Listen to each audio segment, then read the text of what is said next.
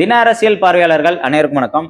இன்னைக்கு நம்ம எது சம்பந்தமா பார்க்க போறோம் கேட்டீங்கன்னா, கடந்த சில நாட்களுக்கு முன்பு லயோலா மணி என்ற ஒரு தாவேக ஆதரவாளருக்கு இந்த தாவேக அரசு தமிழ்நாடு பாடநூல் கழக தலைவராக ஒரு பொறுப்பை வழங்கியது.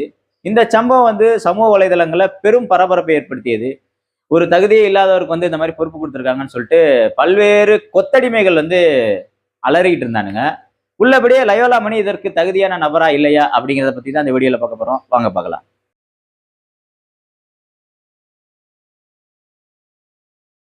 அதான் மக்களே, லயோலா மணி என்பவருக்கு அறிமுகம் தேவையில்லை. சமூக வலைதளங்களில் பார்த்துருப்பீங்க, டிவி சேனல்ஸ்ல டிபேட்ஸ்ல நிறைய பேசிட்டு இருக்கக்கூடிய ஒரு நபர் தான். அது மட்டும் இல்லாமல் பல்வேறு காலகட்டங்களில் பல்வேறு போராட்டங்கள்ல அவர் கலந்திருக்காரு. அவருக்கு லயோலா மணி என்ற பேர் எதற்காக வந்ததுன்னா, இந்த ஈழ போராட்டம் நடந்துட்டு இருக்கும்போது பல்வேறு முறை கைது செய்யப்பட்ட நபர். அப்போது காவல்துறையினரால் வைக்கப்பட்ட பேர் தான் அவருக்கு லயோலா மணி. லயோலா காலேஜில் படிச்சனால, லயோலா கல்லூரியின் மாணவராக இருந்ததால் அவரை லயோலா மணி என்று காவல்துறையை சார்ந்தவர்கள் அழைத்தார்கள். அது நாளடைவில் அவருக்கு ஒரு அடைமொழி மாதிரி மாறிடுச்சு.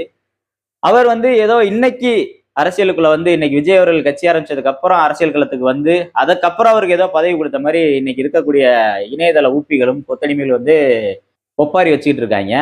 உள்ளபடியே லயோலா மணி இதற்கு தகுதியான நபர் தான். ஏன்னா இவர் பல்வேறு போராட்டங்களை கலந்திருக்காரு, பல்வேறு அரசியல் கட்சியில பயணிச்சிருக்காரு. உள்ளபடியே ஒரு எளிய வீட்டு பிள்ளை. அவரு பெரிய பொருளாதார வசதிலாம் கிடையாது. அவருக்கு ஒரு எளிய பின்னணியை கொண்டவர் தான் அவர். இது போன்ற நபர்களுக்கு இந்த பதவியை வழங்குவது பாராட்டியதற்குரியது தான். ஏன்னா இதற்கு முன்னாடி இந்த பொறுப்புகளில் இருந்தவர்கள் யாருன்னு பார்த்தீங்கன்னா, திராவிட முன்னேற்ற கழகத்தில் திண்டுக்கல் லியோனி இருப்பார்ல, அதாங்க இந்த ஆபாச பேச்சாளர். பெண்களுடைய இடுப்பை பத்தி பேரல் மாதிரி இருக்காங்க, பலூன் மாதிரி இருக்காங்க அப்படின்னு ஆபாசமா பேசினார்ல, அவர் இருந்தாரு. அது போன்ற நபர்களுக்கு என்ன தகுதி இருந்துச்சுன்னு எவனும் கேட்கல.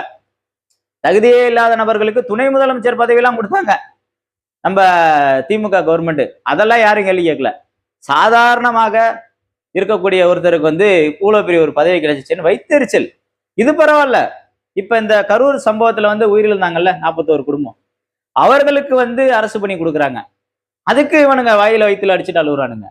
தாவேக்கா எது பண்ணாலுமே விமர்சனம் பண்றதுதான் இங்க இருக்கக்கூடிய ஊடக ஊப்பிகளினுடைய வேலையா போயிடுச்சு. தகுதி தகுதி தகுதின்றாங்க. என்னடா தகுதி? திராவிட முன்னேற்ற கழகத்துல இருந்த எல்லாத்துக்கும் தகுதி பார்த்து தான் நீங்க சீட்டு கொடுத்தீங்களா? தகுதி பார்த்து தான் பதவி கொடுத்தீங்களா?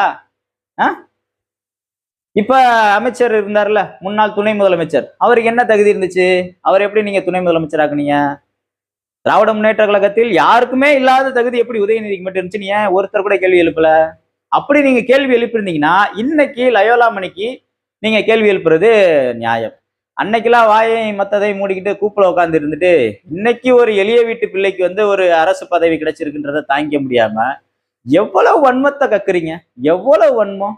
லயோலா மணி 100க்கு 100% இந்த பதவிக்கு தகுதியான ஒரு நபர் தான். அவருடைய போராட்ட புகைப்படங்கள்லாம் போடுறேன் பாருங்க. ஈழ போராட்டம், பல்வேறு சமூக பிரச்சனைகளுக்கு அவர் போராடி இருக்காரு. ஏதோ இன்னைக்கு நேத்து அரசியல புகுந்தால் கிடையாது லயோலா மணி. பல்வேறு பெரிய பாரம்பரியம் இருக்கு அவருக்கு. அதாவது மக்களே, இவன்களுக்கு என்ன ஒரு பிரச்சனைனா உடச்சு பேசுவோம். சாதி. லயோலா மணி ஒரு பட்டியல் சாதியை சார்ந்தவர். பட்டியல் சாதியை சார்ந்தவர்களுக்கு எப்படி இவ்வளவு பெரிய ஒரு பதவியை நீங்க கொடுப்பீங்க? அதுதான் நான் சொன்னா கூட நம்ப மாட்டாங்க. கீழே ஒரு வீடியோ போறேன் பாருங்க. இவர் யாருன்னு இல்லைங்க, இவர் திராவிட முன்னேற்ற கழகத்தினுடைய ஒரு நிர்வாகி. அவரே சொல்லியிருக்காரு பாருங்க.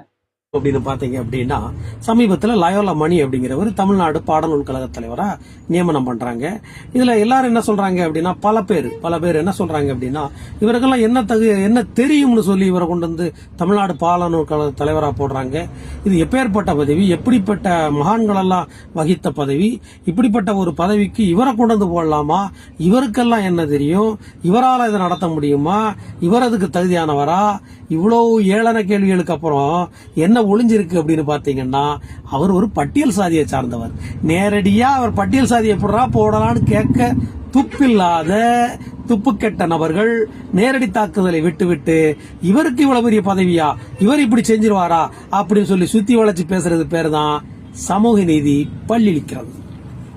அந்த வீடியோ பார்த்திருப்பீங்கன்னு நினைக்கிறேன். எனவே மக்களே, திராவிட முன்னேற்ற கழகம் ஒவ்வொரு நாளும் ஒப்பாரி வைத்து ஓலமிட்டு அவர்களை அவங்களே எக்ஸ்போஸ் பண்ணிக்கிறாங்க. நம்ம மெனக்கெட்டு உட்காந்து வீடியோ பேசி திமுக அதை பண்ணுச்சு இதை பண்ணுச்சுலாம் நம்ம வீடியோ போட வேண்டிய அவசியம் இல்லை போல இருக்கு. நம்மட்டு அவங்களே அவங்க செஞ்ச தப்பெல்லாம் ஒத்துக்குவாங்க. ஆமா, நீங்க வேணா பாருங்க. என்னைக்கு தாவேக அரசு அமைஞ்சுச்சோ அன்னையில இருந்து இவங்களுடைய ஒவ்வொருத்தருடைய முகமும் நமக்கு வெளிச்சமா தெரிஞ்சுக்கிட்டு இருக்கு. இவ்வளவு நாள் யாரெல்லாம் நம்ம வந்து பெரிய கொள்கைவாதிகள், யாரெல்லாம் பெரிய ஐடியாலஜிஸ்ட், யாரெல்லாம் அப்படியே கட்சிக்காக உயிரெல்லாம் கொடுத்து வேலை செஞ்சிருக்காங்க, பெரிய போராளின்னு நினைச்சிருந்தோமோ அவங்க பூரா திராவிட முன்னேற்ற கழகத்தின் சொம்புகளாக இருக்காங்க, அண்டாவாக இருக்காங்க. அவங்களுடைய ஒற்றை நோக்கம் தமிழ்நாட்டு மக்கள் எக்கேடுக்கிட்டு நாசமா போனாலும் பிரச்சனை இல்லை. அவங்களுக்கு வந்து திமுக வந்து வளமா இருக்கணும், நலமா இருக்கணும், கோடி கோடியா கொள்ளையடிக்கணும். அந்த கொள்ளையடிக்கிறதுல இருந்து இவங்களுக்கு ஒரு 10% கொடுத்தா பொத்திட்டு இருப்பானுங்க.